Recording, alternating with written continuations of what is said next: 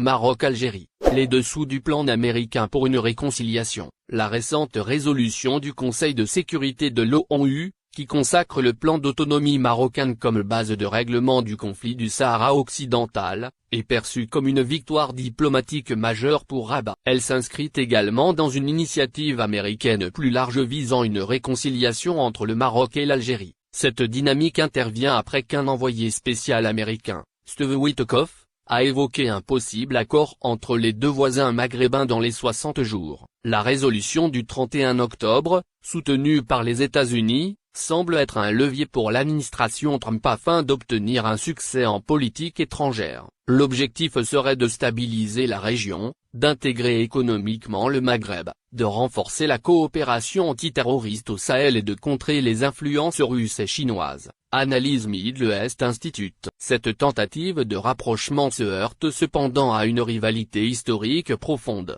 Depuis la guerre des Sables en 1963, les deux pays ont développé des modèles opposés, le Maroc étant pro-point occidental et l'Algérie révolutionnaire. Aujourd'hui, cette rivalité se traduit par deux visions concurrentes, le Maroc se positionne comme un pont économique vers l'Afrique, tandis que l'Algérie revendique un leadership régional fondé sur la sécurité. Des positions de négociation complexes entre le Maroc et l'Algérie.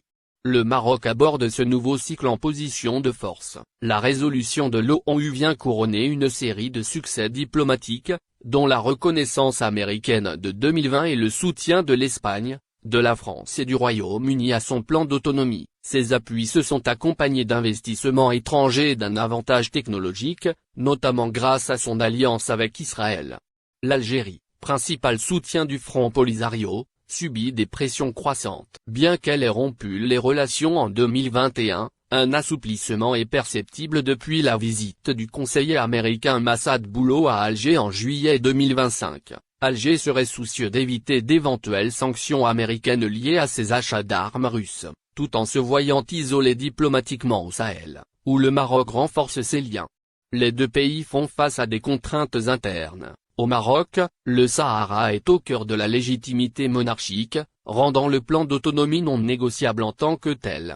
En Algérie, le pouvoir militaire utilise la posture de rempart contre la menace marocaine pour maintenir la cohésion interne. Un accord devra donc permettre aux deux parties de revendiquer une victoire politique, tout en gérant une escalade militaire marquée par des budgets de défense de 13 milliards de dollars pour Rabat et 25 milliards pour Alger. L'analyse suggère une solution en deux phases. Une première phase verrait un cessez-le-feu garanti par la MINURSO, une feuille de route pour l'autonomie incluant le Polisario, un programme de désarmement et un canal de dialogue direct Maroc-Algérie facilité par les États-Unis. Une seconde phase impliquerait des initiatives régionales menées par l'UE sur l'énergie, l'antiterrorisme au Sahel et la gestion migratoire, transformant le conflit en un levier de stabilisation.